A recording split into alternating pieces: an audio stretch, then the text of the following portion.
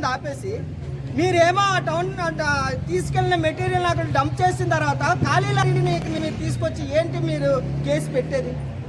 ఇంతకు ముందు గత ఈ సంవత్సరానికి ముందు ఎంత ఉండేది?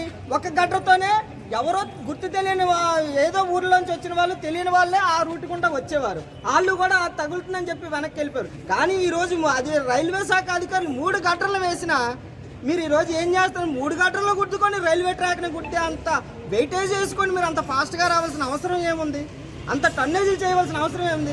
రైల్వే అధికారులు ఏం చేస్తున్నారు? మన పోలీస్ డిపార్ట్మెంట్ వారు ఏం చేస్తున్నారు? అసలు వాళ్ళు ఏ రకంగా శిక్షిస్తున్నారు? వాళ్ళు ఏ రకంగా వారికి ఇటువంటి సూచనలు సలహాలు ఇస్తున్నారు?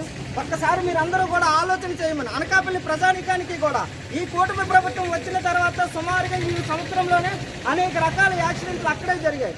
ఒక రకంగా చెప్పాలంటే ఇందాక జానీ గారు చెప్పినట్టు మొన్న జరిగిన మార్చి 17వ తారీఖున జరిగిన యాక్సిడెంట్ గూడ్స్ రైలు వచ్చింది కాబట్టి సరిపోయింది. అదే గోదావరి ఎక్స్ప్రెస్ వచ్చుంటే ఆ చేపల బజార్లో కొన్ని బోగీలు, చదువుల వారి వీధిలో కొన్ని బోగీలు వెళ్ళిపోయి ప్రాణ నష్టం జరిగేది.